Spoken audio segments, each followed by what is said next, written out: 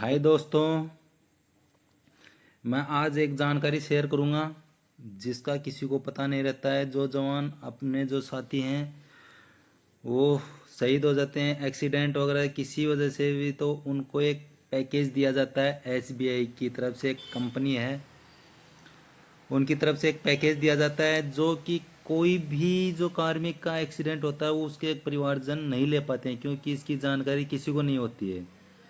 तो इस जानकारी को ज़्यादा से ज़्यादा शेयर कीजिएगा ताकि जिन कार्मिकों का एक्सीडेंट या शहीद होते हैं या डेथ होती है उन कार्मिकों के परिजनों को ये पैकेज मिल सके, क्योंकि कंपनी को इसका बेनिफिट कंपनी के द्वारा ये दिया जाता है, लेकिन कंपनी का ये किसी को पता नहीं होता, इसलिए कोई भी इसका प्रयोग नहीं कर पाता है और ये हर साल ऐसे वेस्ट जाता है। तो जिस भी आसपास कोई भी हो जिसका देहांत या एक्सीडेंट या कुछ भी हुआ हो, उसके परिवारजनों तक ये पहुंचाएं।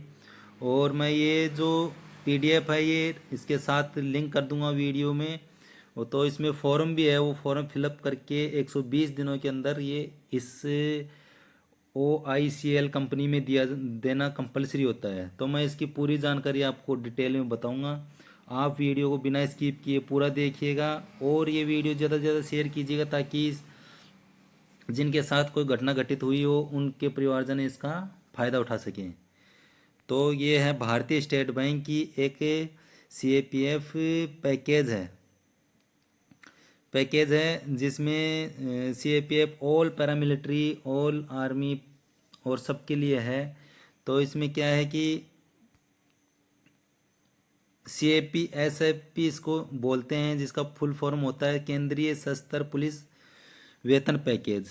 क्योंकि जो अपनी सैलरी आती है उसी के अंतर्गत ये एक बीमा बनाया जाता है, जिसमें क्या है कि व्यक्तिगत दुर्घटना बीमा मृत्यु या व्यक्तिगत दुर्घटना बीमा या वायु दुर्घटना बीमा या मृत्यु हो जाती है तो इसके लिए एक कंपनी है OICL oriental insurance company limited. इसके साथ एक पॉलिसी होती है, पॉलिसी का नंबर है 5,80,48/2025/152। इस पॉलिसी के तहत क्या किया गया है, इसमें 2024-25 के लिए इसको बढ़ाया गया है, जो कि अप्रैल 2024 से और अगली अप्रैल 2025 तक, यानी कि एक साल के लिए ये पॉलिसी लागू है। तो इसमें क्या क्या करना पड़ता है इसका संबंधित किसी भी आश्रित को नहीं पता होता है और न ही कार्मिकों को पता होता है। जो जॉब करते हैं CAPF में है, पैरामिलिट्री या आर्मी में जो है, उनको पता ही नहीं रहता है कि ये भी कोई चीज़ है जिससे कि घर वालों को बता सकें, घर वालों को बता के अवगत करा के रखें। क्या पता किसके साथ क्या घटना हो तो घर वाले उसको कर सकें, उनको याद रहना चाहिए। और यहाँ कोई अड़ोस पड़ोस हो तो उनको बताएं। तो इसमें क्या क्या है कि उत्तराधिकारी इसमें बोल रहा है एंड इसमें जो अकाउंट होता है सैलरी पैकेज जो अकाउंट होता है उसी पे ये एक बीमा है, जो अकाउंट अपना सैलरी अकाउंट। तो अकाउंट के तहत सुविधाओं का लाभ पूर्ण रूप से नहीं, ये जो आश्रित होते हैं उत्तराधिकारी होते हैं वो इसका पूर्ण रूप से उपयोग नहीं कर पाते हैं। तो ये क्या किया गया है कि जो जिस यूनिट में या जिसके अंडर में जो जॉब कर रहा है तो उसी को ये दिया गया है कि आप उनको 120 दिन में फॉर्म फिलअप करवा के और इस कंपनी को भेजेंगे, क्योंकि उनको घर वालों को पता नहीं होता है। अब इसमें क्या क्या ज़रूरत पड़ती है, देखो इंश्योरेंस OICL के उसको क्या क्या भेजना पड़ता है। व्यक्तिगत दुर्घटना बीमा, अब देखो इसमें कितना जो फोर्स की तरफ से मिलता है वो तो अलग है ही। इसके अलावा व्यक्तिगत दुर्घटना बीमा, व्यक्तिगत दुर्घटना एक्सीडेंटल हो जाता है इंडिविजुअल का, उसमें 50 लाख का कवर है। व्यक्तिगत बीमा मृत्यु कवर, आतंकवादी नक्सली या विदेशी दुश्मन के खिलाफ कार्रवाई में मृत्यु होती तो 60 लाख का पैकेज है। देखो 50 लाख 60 लाख ऐसे ही छोड़ दे रहे हैं क्योंकि उनको पता ही नहीं रहता है बेचारों को। और इसमें क्या है, ये बीमा कंपनी का एक एड्रेस है, उस पर एड्रेस पे भी भेज सकते हैं डायरेक्ट। एड्रेस ओरिएंटल इंश्योरेंस को company limited SBI GPA claim cell Mumbai regional office 1-2 floor Oriental House 7J Tata road, Churchgate, Mumbai. ये इसका एड्रेस है। इसका मोबाइल नंबर है, टोल फ्री नंबर भी है और मेल भी है। अब इसमें दावा कैसे कैसे कर सकते हैं? दावा 2 चरणों में होता है। पहला चरण में मृत्यु के 90 दिनों के भीतर oriental insurance company limited OICL को प्राथमिक सूचना, मतलब 90 दिनों में उसको सूचना दे देनी है OICL कंपनी को। और 4 नंबर फॉर्म अटैच, मैं आगे आपको दिखाऊंगा कौन सा 4 नंबर फॉर्म है, वो उसके साथ अटैच होना चाहिए। फर्स्ट इन्फॉर्मेशन उनके पास पहुंच जानी चाहिए फर्स्ट 90 दिन में। और दूसरा क्या है, प्राथमिक सूचना के 90 दिनों के भीतर ओरिएंटल इंश्योरेंस कंपनी को पूर्ण दावा सभी दस्तावेजों के साथ जमा करना होता है। फिर भी अगर वो नहीं हो पाता है तो भी 120 दिन का इसमें टाइम दिया जाता है। व्यक्तिगत दुर्घटना बीमा मृत्यु या वायु दुर्घटना बीमा मृत्यु, इसकी इन्फॉर्मेशन 90 दिन, ये भी कम 90 दिन में देना पड़ता है। उसमें क्या क्या होना चाहिए, 4 नंबर फॉर्म जो अभी मैं आपको आगे दिखाऊंगा उसको पूर्ण भरा हुआ होना चाहिए, वो बताऊंगा मैं आपको क्या क्या भरना है। दावे में क्या क्या होना चाहिए, फॉर्म नंबर 5 वो भी मैं आपको आगे बताऊंगा। बैंक लेटर हेड, जो बैंक का लेटर हेड है वो भी 6 नंबर फॉर्म में मैं आपको आगे दिखाऊंगा, जिसमें जो बैंक का मैनेजर है उसके सिग्नेचर विद स्टैम्प होना चाहिए। उसके बाद जो नामांकित दावेदार जो नामांकित कर रहा है, उत्तराधिकारी जो है वो बोल रहा है कि कानूनी तौर से उत्तराधिकारी होना चाहिए, उसका NEFT फॉर्म, वो भी आपको आगे दिखाऊंगा। फॉर्म नंबर 7 है जो आपको आगे दिखाऊंगा, वो ज़रूरी है कानूनी अधिकार के लिए, क्योंकि वही उसका अधिकारी है, उत्तराधिकारी है, तभी उसको पैसा दिया जाएगा। उसके बाद और क्या होना चाहिए, पुलिस की FIR होनी चाहिए, वो भी पढ़ने योग्य होनी चाहिए, उसका फोटोकॉपी। अगर सशस्त्र बलों के लिए पुलिस FIR उपलब्ध नहीं है तो उनका विभागीय जांच एक होती है, डिपार्टमेंटल इंक्वायरी होती है, उसका कॉपी उसके साथ अटैच करना होगा अगर FIR उस में नहीं है।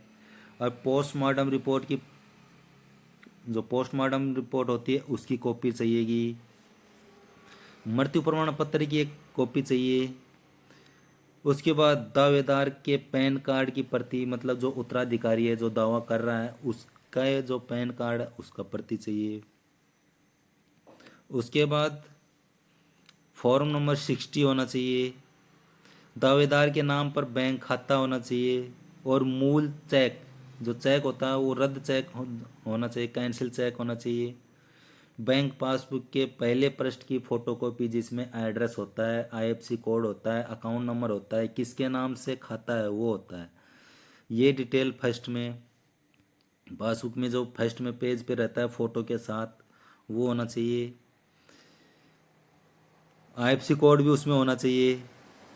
दावेदार के बैंक रिकॉर्ड के अनुसार नामांकित संयुक्त खाता धारक नहीं है तो कानूनी उत्तराधिकारी साबित करने के लिए अन्य उपयुक्त दस्तावेजों की प्रतिलिपि। कानूनी दावा की कब जरूरत पड़ती है, जब खाता जॉइंट अकाउंट ना हो। अगर जॉइंट अकाउंट होगा तो उसी में वो उसका जो NOK है, उत्तराधिकारी है, वो उसका यूज कर सकते हैं, वो खाता उसके नाम से भी रहता है, क्योंकि वो तो ज्वाइंट करवा दिया जाता है, जब भर्ती होता है उसी टाइम ज्वाइंट करवा दिया जाता है। और अगर वो उसमें जॉइंट नहीं है अकाउंट तो एक आपको लेटर बनवा के लाना पड़ेगा, जो 7 नंबर है उस जिसमें कानूनी तौर पे आप उत्तराधिकारी हैं का साबित होना जरूरी है।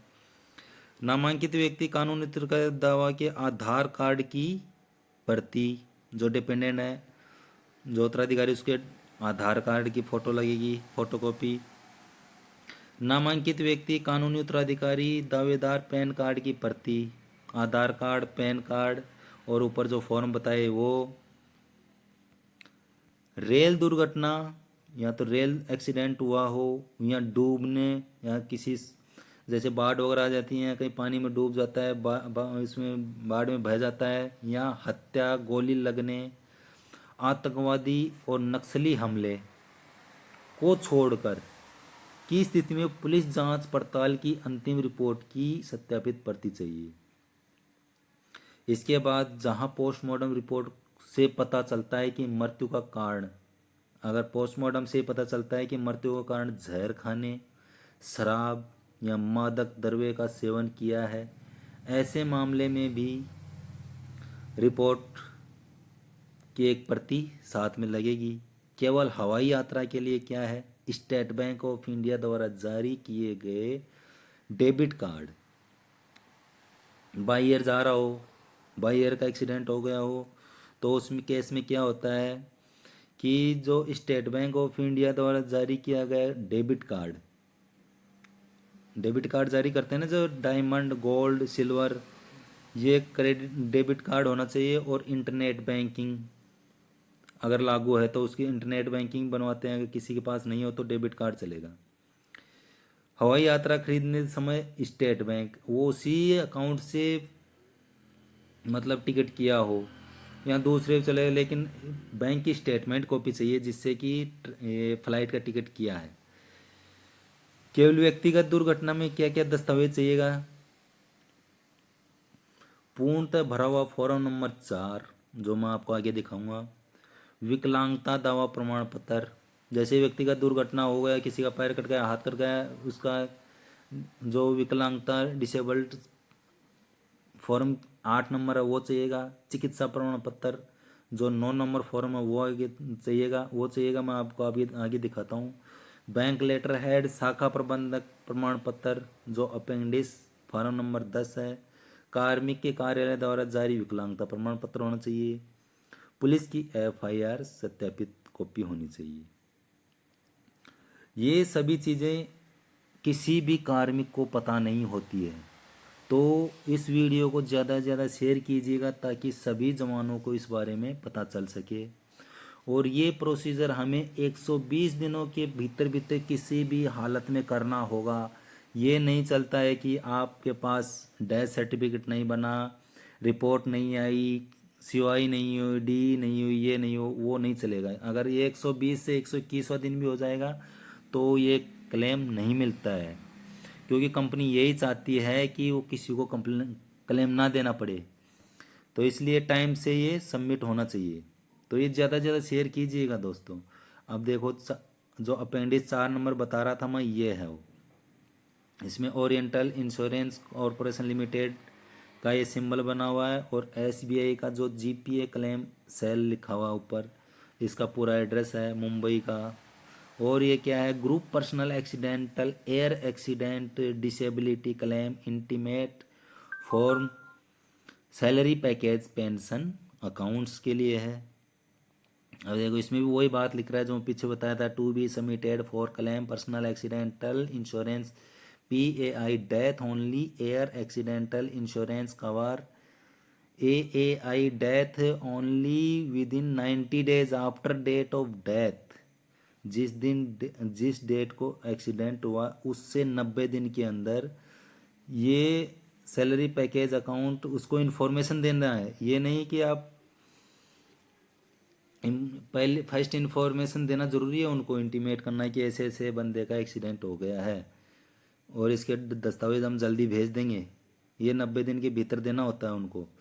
Account SBI holder of SBI intimation may be advised through email, post, telephone, fax. Issuance of this format for intimation of a claim is not be taken as an admissible for liability. Death, disability due to accident only is covered under the policy and account should be under salary package as on date of accidental death disability. Do not leave any field blank, mark not acceptable where not applicable. अब इसमें देखो इस form में क्या क्या दिया गया है। पॉलिसी नंबर जो अब में आप पीछे पड़े थे, तो इसमें क्या है, 5,80,000/48/2025/152। और ये पॉलिसी कब से कब तक है, यह आप पहले बताया था, अब दोबारा बता देता हूँ। 4/4/2024 से लेके 3/4/2025 1 साल तक रहती है। ये इसका एड्रेस है, जो कंपनी ये एसबीआई के अंडर में काम कर रही है, ये इसका एड्रेस है। और name of salary personal account holder, अब जिसका एक्सीडेंट हुआ है सैलरी तो उसी की थी ना, तो उसका अकाउंट होल्डर का यहाँ पर नाम आएगा।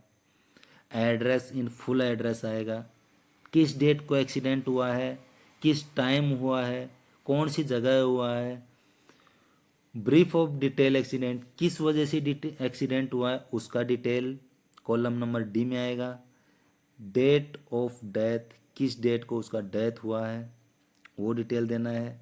फिर salary oblique pension account number, जो सैलरी जिसमें सैलरी आ रही है वो अकाउंट नंबर इधर इस कॉलम में लिखा जाएगा, कॉलम नंबर 4 में।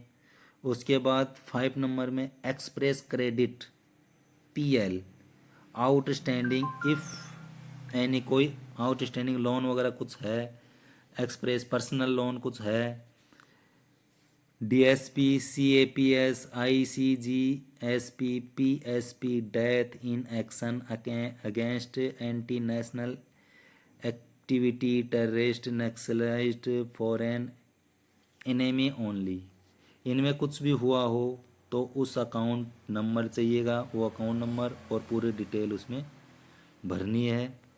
उसके बाद 6 नंबर में type of salary package pension account tick the appearance only, इनमें से टिक करना है कि ये सैलरी पैकेज कौन सा था, सीएसपी था, डीएसपी था, सीएपीएसपी, आईसीजीएसपी, एसजीएसपी, सीजीएचएसपी, पीएसपी, आरएसपी, एसयूएसपी, पेंशनर, डीएसपी, तो इसमें टिक मार्क करना है। नेक्स्ट 7 नंबर में क्या लिखना है, 7 नंबर में salary package account variant please mentioned as application silver gold diamond platinum, ये आप घर वालों को बता के रखें कि किसके लिए सिल्वर पैकेज लागू है, किसके लिए गोल्ड पैकेज लागू है, किसके लिए डायमंड और किसके लिए प्लेटिनम, ताकि उसी हिसाब से क्लेम मिल सके। क्योंकि तकरीबन को तो पता ही नहीं है कि हमें कौन सा कार्ड मिला हुआ है, सिल्वर कार्ड लागू है कि प्लेटिनम कार्ड लागू है कि गोल्ड है डायमंड। तो प्लीज़ ये जानकारी रखिए कि आपको कौन सा कार्ड लागू है, कौन सा पैकेज आपको लागू है, गोल्ड वाला है, सिल्वर है, डायमंड है या प्लेटिनम है।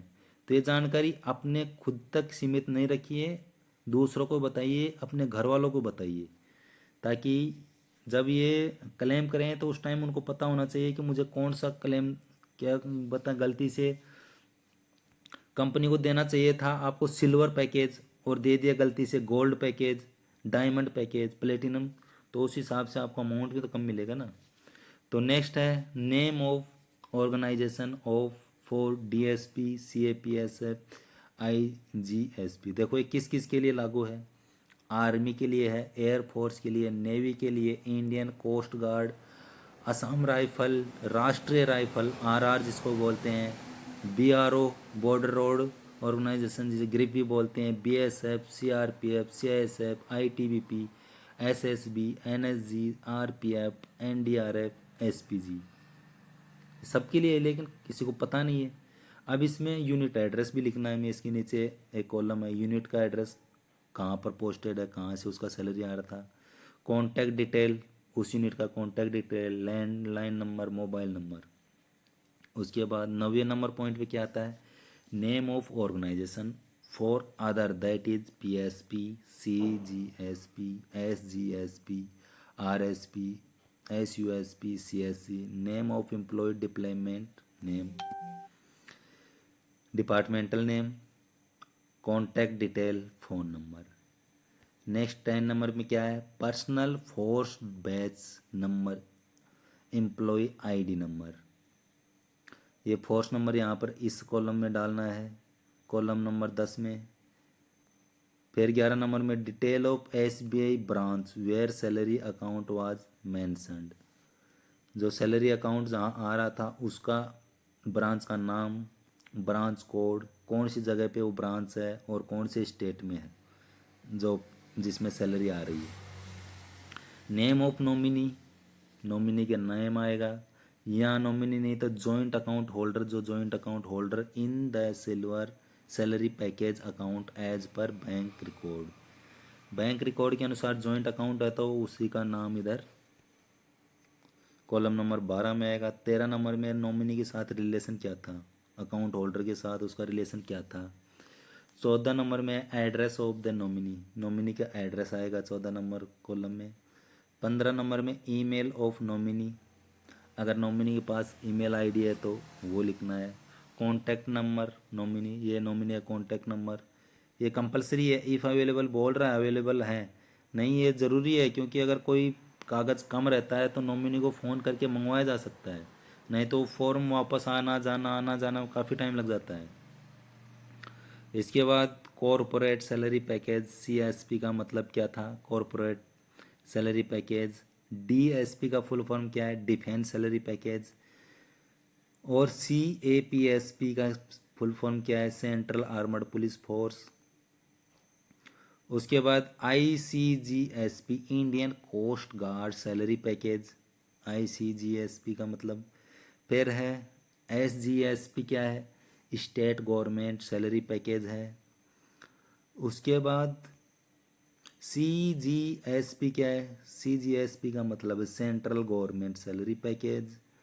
उसके बाद पीएसपी क्या है, police salary package. And RSP क्या है, रेलवे सैलरी पैकेज। और उसके बाद एसयूएसपी, स्टार्टअप सैलरी पैकेज। एसयूएसपी मतलब स्टार्टअप सैलरी पैकेज। तो जो आर्म्ड पुलिस फोर्स में सीएपीएफ में उनके लिए सीएसपी एसपी लागू है, जिसकी हम चर्चा कर रहे हैं। Please tick the appropriate organisation, above information of true to the best of my knowledge behalf. ये सिग्नेचर पर्सनल इंटीमेशन जो क्लेम कर रहा है, क्लेम कौन कर, नॉमिनी करेगा, उसका डिटेल यहाँ पर पूर्ण फॉर्म, पूरा नाम, रिलेशन क्या है अकाउंट होल्डर के साथ, और contact details, personal intimate claim, landline number, mobile number, ये उनकी तरफ से रहेगा जो नॉमिनी है। Next form number appendix annexure number 5, ये क्या है, ओरिएंटल इंश्योरेंस कंपनी का ये group personal accidental air accidental claim form है। ये नॉमिनी की तरफ से भरा जाएगा। इसमें क्या क्या रहेगा, वही सेम है, पॉलिसी नंबर है 5,80,000 ओब्लिक 48/2025 152 नंबर। पॉलिसी पीरियड है 4/4/2024 टू 3/4/25 तक। ये इसका कंपनी का एड्रेस आ गया फिर से। उसके बाद name of salary pension account holder का नेम आ जाएगा, एड्रेस ऑफ क्लेमेंट आ जाएगा, डेट ऑफ एक्सीडेंटल आ जाएगा, date of death of salary pension account holder आ जाएगा, केस ऑफ डेथ क्या केस था ये पूरा ब्रीफ आ जाएगा, सैलरी पेंशन पैकेज। ये सेम वैसा ही है, केवल ये किन किन के लिए लागू है, ग्रुप पर्सनल एक्सीडेंटल के लिए और एयर एक्सीडेंटल होता है उनके लिए लागू है।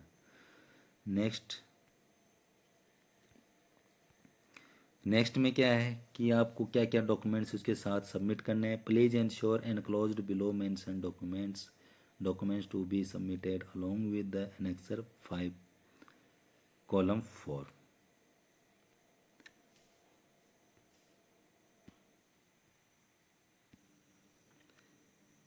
तो गाइज इसमें आपको डॉक्यूमेंट्स क्या क्या अटैच करने हैं, submit along with annexure 5 claims form.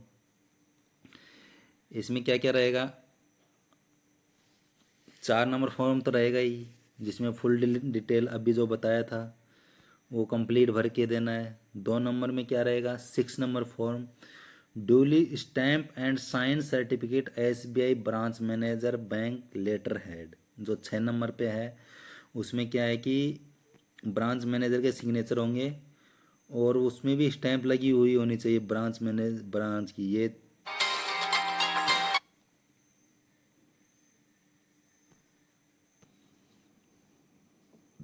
तो गाइज इसके साथ ये सर्ट डॉक्यूमेंट्स आएंगे, अपेंडिक्स 6 में रहेगा ये मैनेजर की सिग्नेचर। 7 में रहेगा bank details NEFT form, nominee joint account, claimant holder in salary package account. 4 number पे दे रखा है attested copy of death certificate. 5 number attested copy of postmortem report. 6 number पे attested copy of FIR report. 7 number पे defence authority report in case FIR not available for the armed force. ये बताया था ना आपको कि अगर आप FIR ना हो तो उस केस में जो ऑफिशियल डिपार्टमेंटल इंक्वायरी होती है उसका कॉपी साथ में लगेगा। उसके बाद viscera report, chemical analysis report in case where the postmortem report shows the case of death due to poisoning और एल्कोहल कन्फर्म आफ्टर विसेरा का केमिकल एनालिसिस रिपोर्ट। 9 नंबर में Aadhaar card, nominee joint account holder, claimant in the salary package account. 10 number salary account statement for the last 3 months and copy of salary slip last 3 months period to date of accident. Accident हुआ है उसके last 3 महीने में जो salary आई है उसका statement, और जो सैलरी स्लिप जो होती है डिपार्टमेंट से ले सकते हैं या उसके संभव जो कार्मिक है उसके संभव से भी निकल सकती है। पैन कार्ड की कॉपी, नॉमिनी का, joint account holder claim, salary package account और फॉर्म 60। फिर 12 नंबर में क्या बोल रहा है कि attested copy of the first page of the bank passbook. ये आपको पहले बता दिया था कि मैंने कैंसिल चेक और बैंक की पासबुक चाहिए। फिर 13 नंबर में क्या बोल रहा है other suitable documents for the pro legal hearing in the case Clement is not a nominee joint account holder पर बैंक रिकॉर्ड। 14 नंबर में बोल रहा है in case of multiple hairs consent from all the legal hearings. और 15 number certificate copy for the final police investigation report case of train accident driving murder. I airway declared for that. ये सभी documents लगाने के बाद आपको एक certified करना होगा कि हाँ मैंने ये सभी डॉक्यूमेंट्स अच्छे से पढ़ लिए हैं, भर दिए हैं, उसके बाद मैं ये साइन कर रही हूँ या कर रहा हूँ। जो भी उसका डिपेंडेंट रहेगा, नाम आएगा, डेट आएगी और यहाँ ऊपर सिग्नेचर आएगा। फिर आपको दिखाता हूँ फॉर्म नंबर 6 जो अभी देख रहे थे हम, to be submit to bank letter head. जो भी बोल रहा था ना बैंक मैनेजर से सिग्नेचर करवाना है, वो ये है। तो इसमें क्या रहेगा, दिस इज सर्टिफाइड, ये बैंक मैनेजर सर्टिफाइड करेगा। हु एक्सपायर्ड ऑन, इतना जो एक्सपायर हुआ है due to accidental as per the document submitted by the nominee claimant. Nominee के द्वारा जो डॉक्यूमेंट सबमिट किए गए हैं वो is holder salary package account. इसका सैलरी पैकेज अकाउंट क्या है वो इसका डिटेल पूरा भर गया। मैनेजर भी भर देता है, अगर मैनेजर नहीं भरता है तो आप भर के लेके जा सकते हैं उनके पास। फिर उसका सैलरी पैकेज अकाउंट नंबर आ जाएगा, फिर फुल एड्रेस आ जाएगा, बैंक रिकॉर्ड में जो एड्रेस रहेगा, date of accidental death as per death certificate के अनुसार वो डेट ऑफ बर्थ डाल देगा। Details of SBI branch where the salary package account is mentioned. Salary package जो सैलरी कहाँ पर आ रही थी वो ब्रांच नेम आएगा, कोड स्टेट आएगा, मॉड्यूल सर्कल आएगा, name of the salary package account holder का नाम आएगा, उसके पास क्या लोन चल रहा था आउटस्टैंडिंग में या पर्सनल लोन कुछ भी था वो उसका डिटेल इसमें आ जाएगा। 6 नंबर में उसका अकाउंट नंबर के साथ आउटस्टैंडिंग एज ऑन डेट कितना उसका लोन बचा हुआ वो आ जाएगा। Salary package account variant please, इसमें आपको कौन सा पैकेज लागू है, सिल्वर गोल्ड, ये भी बैंक वाला आपको बता देगा। Date of last salary, credit period to accident, accident के समय कितना अमाउंट उसके सैलरी का डला था, किस डेट को डला था, वो इधर आ जाएगा। 9 नंबर में 10 number claim amount under PAIR, name of the joint account holder, salary account holder if any, ये सब बैंक की तरफ से मिलेगा। Detail of the bank account and nominee have been furnished, ये उसकी तरफ से सर्टिफिकेट लगेगा एक, ये भी इसी में मेंशन है। और इधर सिग्नेचर ऑफ ब्रांच मैनेजर की signature, state bank of India, nominee the signed officer, और PF नंबर, मोबाइल नंबर, ये सभी डिटेल उसको मैनेजर को देनी होती है। इधर ब्रांच नेम आ जाएगा, ब्रांच कोड आ जाएगा, और डेट, किस डेट को उसने किया है साइन। फिर चलते हैं अपेंडिक्स नंबर 7। जो लीगल जो नॉमिनी बनाया जा रहा था उसके लिए ये है, NEFT from the personal accidental insurance, इसमें to be submitted by nominee claim legal heir only. जैसे अकाउंट में क्या होता है, जॉइंट अकाउंट नहीं बनाते हैं, जॉइंट अकाउंट बनाते टाइम क्या होता है कि शादी नहीं हुई होती है नॉमिनी, और किसी को बना के रखता है, मदर को या फादर को, तो उस केस में, या फिर मदर फादर नहीं है तो सिस्टर को बना रखा होगा, भाई को बना रखा होगा, तो या वाइफ को नहीं बना रखा, तो ये देना पड़ेगा एक लीगल नोटिस, ये वाला सर्टिफिकेट उस केस में लगता है। अगर वाइफ को उसने नहीं बना रखा है नॉमिनी अपने रिकॉर्ड में और बैंक वाले रिकॉर्ड में, तब ये लगेगा फॉर्म। तो ये पूरी इसका एड्रेस आ गया, ये पॉलिसी नंबर आ गया। Sir I we furnished below details my our SBI account for the used effective payment due to NEFT RTGS, SBI account details NEFT RTGS, name of the claim, account holder का इसका नाम आ जाएगा, account holder कौन है, bank name आ जाएगा, bank branch address MICR code, full bank address और IFSC code, state bank of India. फिर ये सर्टिफिकेट रहेगा, सिग्नेचर ऑफ अप्लीकेंट का सिग्नेचर इधर हो जाएंगे।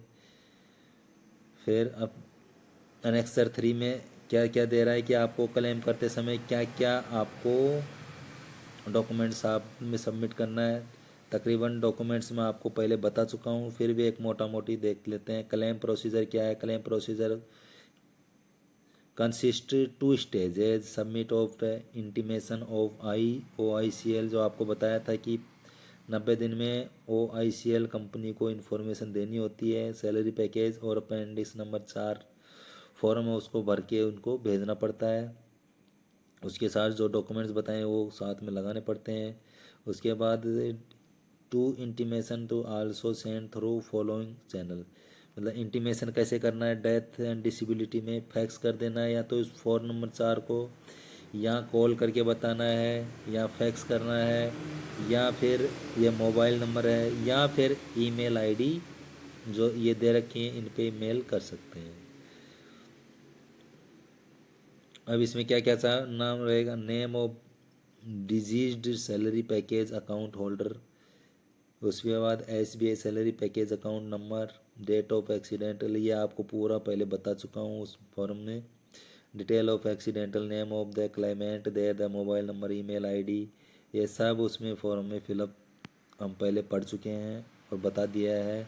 और ये बोल रहा है कि within 90 days of intimation the claimant needs to submit follow the documents to the company को, जो जो डॉक्यूमेंट्स ये सबमिट करने हैं।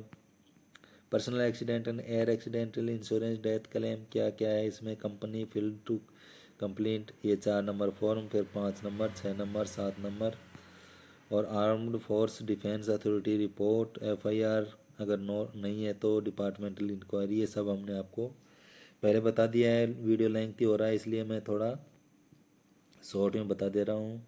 For air accidental bank statement, जिससे वो एयर टिकट का बुकिंग किया है, और अकाउंट का SBI, ये वही बोल रहा है कि आपका जो जो डेथ किया है उसका जो डेबिट कार्ड है वो, और जो लास्ट में टिकट किया था एयर बाई एयर की, वो उसका स्टेटमेंट उनको चाहिए। फिर डिसेबिलिटी क्लेम में क्या क्या चाहिए, 4 नंबर फॉर्म तो कंपलसरी है ही। फिर एक डिसेबिलिटी फॉर्म है 8 नंबर, जो अभी आपको दिखाता हूँ। फिर मेडिकल सर्टिफिकेट एक 9 नंबर फॉर्म, वो भी आपको आगे दिखाता हूँ। ब्रांच सर्टिफिकेट वो भी 10 नंबर, वो भी आपको आगे दिखाता हूँ। फिर डिसेबिलिटी सर्टिफिकेट फॉर यूनिट के द्वारा एक डिसेबिलिटी सर्टिफिकेट दिया जाएगा। Attested FIR copy within incident, FIR की कॉपी लगेगी। फिर documents for add of cover accidental death, add on a cover will be applicable only if PAI claim is found to admissible in the addition to the documents application for submission. PAI claim under renoted certificate documents are to required cost of plastic surgery burn, अगर accident हुआ है तो उसमें क्या क्या रहेगा, cost plastic surgery burn, treating doctor surgeon certificate, original discharge summary containing all relevant details, all original bills and their receipts, copies of all reports and prescriptions, first prescriptions, consultation letter from the doctor, original money receipt duly signed with revenue stamp, fair transportation of important medicine, medical practitioners prescriptions, copy of medical invoice, copy of freight expenses mentioning details of medicines, important country of origin from which is the being important date and price of the medicines and freight expenses, death after accidental more than 48 hours, medical certificate mentioned that during the start and of period, supported by discharge summary and indoor case paper. Air ambulance में क्या है, attendant doctor advise note with reasons for shifting of the patient, original invoice and receipts for the air ambulance mentioning date of travel, sector from to place and total amount, कितना amount total हो रहा है। फिर इसमें क्या क्या मिलता है, चाइल्ड हायर एजुकेशन कवर है इसमें ग्रेजुएशन तक, एज बिटवीन 18 से 25 साल तक, 25% of entitled PAI cover, maximum 8 lakh, 10 lakh in case of girl child को कितना 10 लाख और बॉय को 8 lakh. In case of DSP CAPS PIGSP pension account maximum 5 lakh for 1 girl के लिए। Copy of admissions confirmation and certificate from the educational institute, static details for full-time course in recognized college in India for graduate along with the duration of the course and date of enrollment।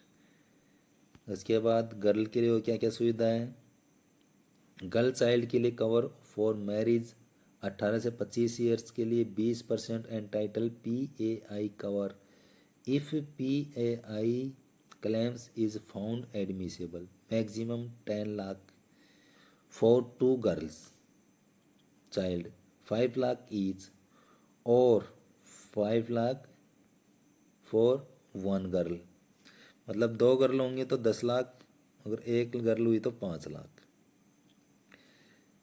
शादी पे दिया जाएगा birth certificate, date of birth, proof of girl, document showing relation with deceased salary account holder, family transportation travelling cost including by immediate 2 family members to reach place of accident case में जहाँ accident हुआ वहाँ पहुँचने के लिए family के जो 2 members आएंगे उनका भी जो चार्ज है वो इनके द्वारा दिया जाएगा। ओरिजिनल बिल चाहिएगा, receipt and travel ticket showing date of travel, sector from to and amount incurred, copy of proof of the immediate family member, issues है राशन कार्ड,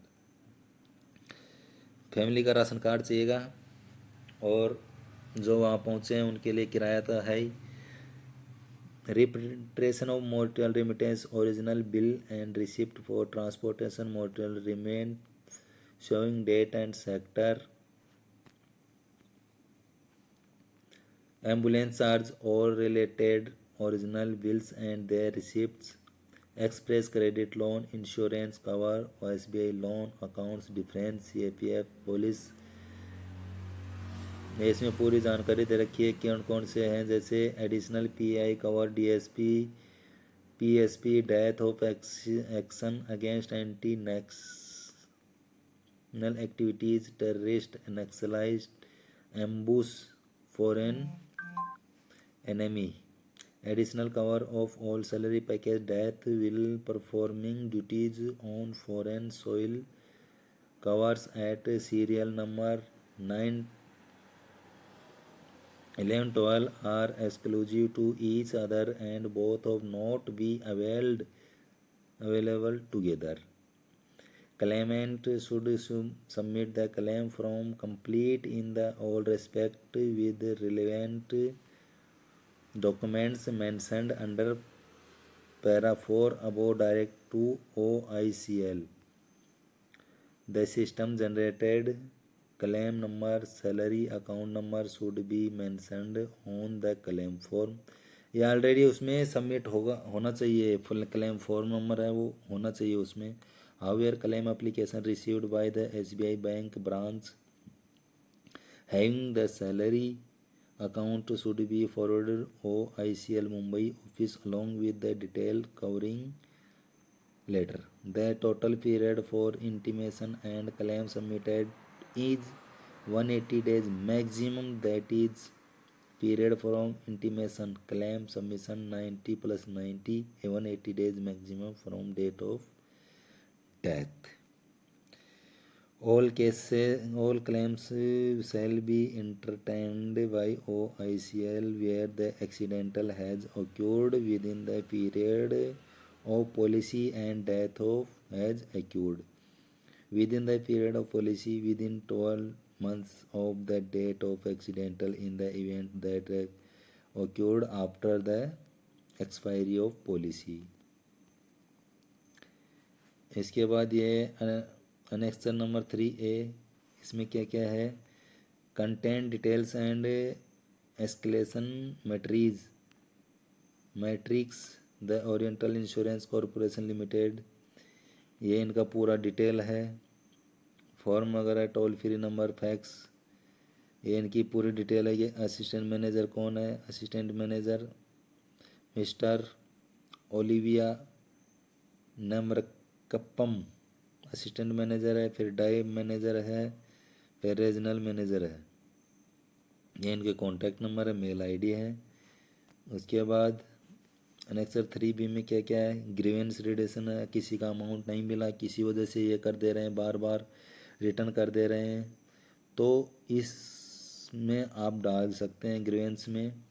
ये एक तो मेल पे भी डाल सकते हैं और फ़ोन के माध्यम से भी आप टोल फ्री नंबर 155255 और 18 425 47 32, ये इस नंबर पे आप डाल सकते हैं अपनी कंप्लेंट्स कि आपका अमाउंट लेट क्यों हो रहा है या किसी वजह से वापस कर दिया है, इसमें आप कंप्लेंट डाल सकते हैं। उसके बाद एक 8 नंबर फॉर्म आपको दिखाना रह गया था, कौन सा, permanent partial disability claim form, ये फॉर्म रह गया था। जो डिसेबल्ड हो जाता है उनके लिए ये फॉर्म रहेगा। पॉलिसी नंबर जो है 5,80,000/48/2025/152, पॉलिसी पीरियड वही रहेगा 4/4/24 टू 3/4/25, और फिर ये इसका एड्रेस आ गया।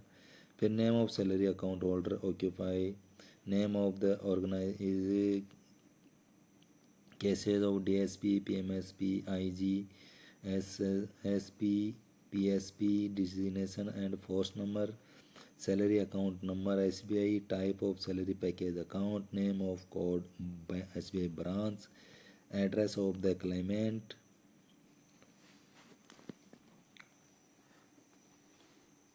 फिर है contents, email, salary account holder, detail of accidental, date of accidental, time accidental, place कहाँ पर हुआ एक्सीडेंट, ये पूरी डिटेल आपको इसमें फिलअप करनी है। Partial accidental, particular accidental, detail of injury losses that side both eyes, या फिर separation of the two entire hands, separation of the two entire feet, one entire hand and one entire foot, sight of one eye shows a loss on entire, मतलब जो भी टूट फूट हुई है उसको हमें मार्क करना है। Permanent partial injured below, loss of toes, all both, ये जो भी रहेगा उसको आपको फिलअप करना है एक्सीडेंटल केस में। वीडियो काफ़ी लेंथी हो रहा है इसलिए मुझे शॉर्ट करना पड़ रहा है। फिर 9 नंबर में क्या है, मेडिकल सर्टिफिकेट। ये मेडिकल सर्टिफिकेट के साथ जाएगा क्या क्या है, detail of climate, salary account, salary account number आएगा, नेम आएगा, सेक्स आएगा, एज आएगी, फिर detail of accidental, natural day accidental, case of accidental, whether the appearance of the injuries is consistent with the account given of the accident, detail of injury loss, date of which you first attended claimant for the injury, the case